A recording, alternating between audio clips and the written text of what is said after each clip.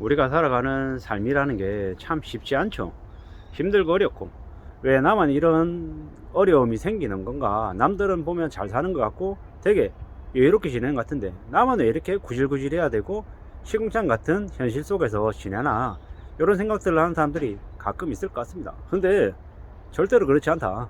지금 살아있고 이 영상을 듣고 있고 또 어떤 식으로든 그래도 지금 사는 게 힘들다 이런 생각들을 하는 사람들, 그래도 그렇게 조금이라도 푸념이라도 할 수 있는 사람들은 괜찮은 사람들이다 라고 감히 말씀드리고 싶습니다. 우리가 살다 보면 예기치 않은, 뜻하지 않은 위기, 난간 이런 것들은 항상 오더라고요. 누가 그렇게 얘기하더라고요. 대한민국에 살면서 사기 당하지 않는 사람은 없다. 만약에 나는 사기를 안 당했는데 라고 얘기하면 자기가 자기 자신을 속이는 거거나 아니면 당했다라는 사실조차도 인지를 못하고 있는 거다라고 이야기를 하더라고요. 그만큼 그러한 일들이 많이 벌어지는 게 지금의 이 나라인 것 같은데요. 어떤 식으로 생각하더라도 참 힘들고 어려운 일은 누구나 다 거치더라. 그리고 그러한 일을 겪었을 때 좀 극단적인 선택을 하는 사람들도 있고, 그래도 그 힘들고 어려운 현실을 견디고 극복하고 또 나아지는 사람들이 있더라는 겁니다. 일이 생기면 그 생기는 그 일 자체가 사람을 무너뜨리는 게 아니라 그 일로 인해서 그 일을 바라보는 그 사람의 생각이 그 사람을 무너뜨리냐 아니면 건재하게 버티게 하느냐를 결정하는 것 같습니다. 우리가 살아가는 인생을 이렇게 보다 보면 인생의 역사 속에서는 겉모술수가 난무하고 사람들을 뒤통수 치고 사기치고 넘어뜨리고 이러는 사람들의 역사인 것처럼 보이지만 그런 경우도 있겠지만, 또 어떤 사람들은 참고 견디고 버티면서 자기만의 역사를 써나간 사람들이 또 분명히 있더라는 겁니다. 저는 전자보단 후자가 되고 싶은 거고, 누군가에게 피해를 주고 누군가를 짓밟고 자리를 뺏어서 그 자리를 제 걸로 삼을 이런 생각보다는 그래도 남들하고 더불어서 같이 살아가면서 좀 도와도 주고 좀 격려도 해주면서 손도 잡아주면서 살아가고 싶은 마음이 더 크죠. 왜 그러냐? 제가 이때까지 살아오면서 힘든 일도 겪었고 어려운 일도 겪었지만 지금 그래도 이만큼이라도 살아올 수 있는 건 보이지 않는 누군가의 도움 때문에 제가 이만큼 왔다라고 생각을 하는 거죠. 그런 생각들을 해볼 때 저도 당장은 아니더라도 어느 시점이 되면 그러한 것들을 되돌려주기 위해서, 보답하기 위해서 또 애도 써야 된다라는 거죠. 지금 사는 게 참 힘들다, 어렵다 라는 생각이 들면 들수록 나아질 날이 올 거다, 괜찮아질 일이 저 같은 사람에게도 온다, 이런 마음들을 계속 갖는다라는 거죠. 구질구질하다, 뻔한 얘기만 한다, 당연한 얘기다, 지루하다 이런 얘기를 하는 분들도 많은 것도 압니다. 어쩌면 제가 바라는 모두가 태도가 그런 것들일 수도 있다라는 거죠. 남들이 10년 만에 걸려서 하는 일, 저는 한 30년 걸릴 수 있고요. 남들이 1년 만에 걸리는 일을 이왕이면 1년이 아니라 한 5년, 한 7년 더 늘어뜨려서 천천히 이루고 싶은 생각도 사실 있습니다. 왜겠습니까? 천천히 이루는 것은 우리에게 아주 오랫동안 유지될 가능성이 크고, 갑작스럽게 온 큰 행운은 그 행운을 담을 그릇이 못 되면 그 행운이 되려 운이 아니라 복이 아니라 화가 돼서 인생을 파탄나게 하고 주변 사람들을 몰락시키는 경우가 많더라는 겁니다. 통상적으로 복권이 당첨이 됐다, 갑자기 유산을 물려받았다, 이런 사람들의 말로가 안 좋다라고 하는 건 왜겠습니까? 그 큰 복을 담을 수 있는 그릇이 못 되었기 때문에 되려 복이 화로 바뀐 게 아닌가 라는 생각이 드는 거죠. 지금 현재 경기도 안 좋고 이래저래 상황들이 심상치 않죠. 한국은 미국과 일본에 너무 치우치려고 하는 것 같은데, 중국과 혹은 대만과 아니면 유럽과 또 나름의 관계를 잘 적절하게 잘 유지하면서 균형을 잡아야 될 것 같은데, 그런 것들을 잘 못하는 게 지금의 정부인 것 같습니다.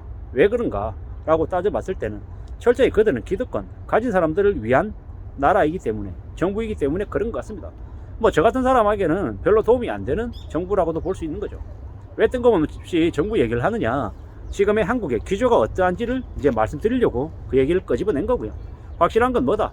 앞으로 서민들에게 더 힘들고 어려운 일이 차고 넘칠 거다라는 이야기를 드리고 싶었습니다.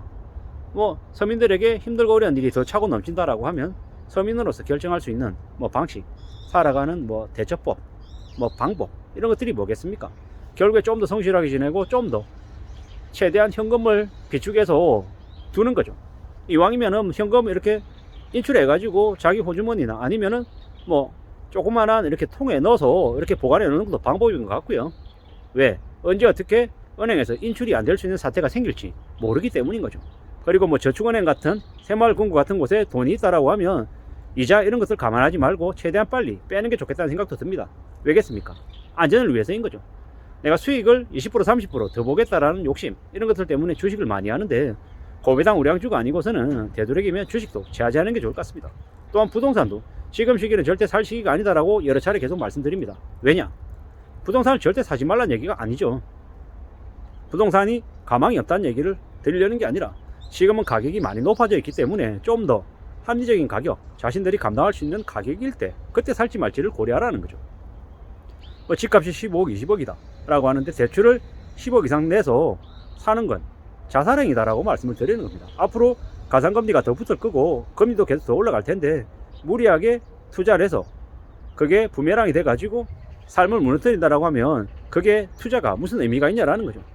뭐 자기가 부자여서 한 200억 자산가여서 언제든지 현금으로 동원할 수 있는 돈이 한 100억 넘어서 20억짜리 집을 자기 돈으로 산다라고 하면 뭐 배는 아프지만 그 사람 입장에서는 감당할 수 있는 능력이 되는 거기 때문에 뭐 뭐라고 얘기할 바가 못 되는 거죠. 문제는 감당할 능력이 안 되는데 무리하게 지르는 사람들을 얘기하는 거죠. 최근에 이제 뭐 엄마와 아들이 모의해가지고 아버지를 죽인 일이 생겼잖아요. 뭡니까? 부동산 투기하고 주식 투기하고 또 스마트 스토어라 그래가지고 온라인 셀러도 하고 이래저래 온라인 유통해서 뭐 돈 쉽게 벌 거라고 생각하고 주식 해가지고 떼돈 벌 거라고 생각하고 부동산 해가지고 시세 차익 많이 벌 거라는 생각에 그렇게 했다라는 거죠. 근데 결론은 어떻습니까? 매우 안 좋은 결말에 이르렀죠. 뭐 너무 많은 이제 유튜브나 아니면 전문가라고 하는 놈들이 쉽게 부자가 될 수 있다고 얘기합니다. 100만원 가지고 시작해서 20억을 벌었다 그러고 500만원으로 뭐 50억을 번다고 얘기하고 이런 현혹한 얘기들이 너무 많은 세상입니다. 그들에게 이제 몇백만원 갖다 주고 그놈들의 얘기만 들으면 내가 부자 될 것 같지만 절대 아니다. 그놈들 부자 되게 보태주는 거지 내가 부자 될 리 없다라는 거죠. 근거 없는 희망, 자신감 이런 것들은 우리 인생을 언제든지 침몰시킨다라고 보면 맞겠습니다. 차라리 그런 생각, 좀 돈을 좀 더 벌고 싶거나 이런 생각이 들 때 일본 드라마 사채꾼 우시지마 이런 거나 감사법인이나 아니면은 여왕의 교실 뭐 한국 드라마도 많죠. 한국 드라마들 중에서도 뭐 경제적인 부분들을 이야기하는 그런 이제 드라마들이 되게 많습니다. 뭐 더 글로리도 좋고 카지노2도 좋고 뭐 이래저래 지금 이제 가장 인기 있고 사람들이 관심 가져하는 그런 드라마를 보는 게 차라리 낫다. 그게 훨씬 더 시간을 알차게 쓰는 거다라는 거죠. 가짜 전문가 뭐 유튜버들 혹은 뭐 부동산 전문가라고 얘기하는 주식 전문가라고 얘기한 놈들의 말에 혹해가지고 내 돈 갖다 바치는 순간 그 놈들 돈이 되는 거지 내 돈 되는 거 아니다라는 거죠. 지금의 삶이 매우 힘들고 어렵기 때문에 어떻게든 보수적으로 살라는 의미에서 말씀을 드립니다. 감사합니다.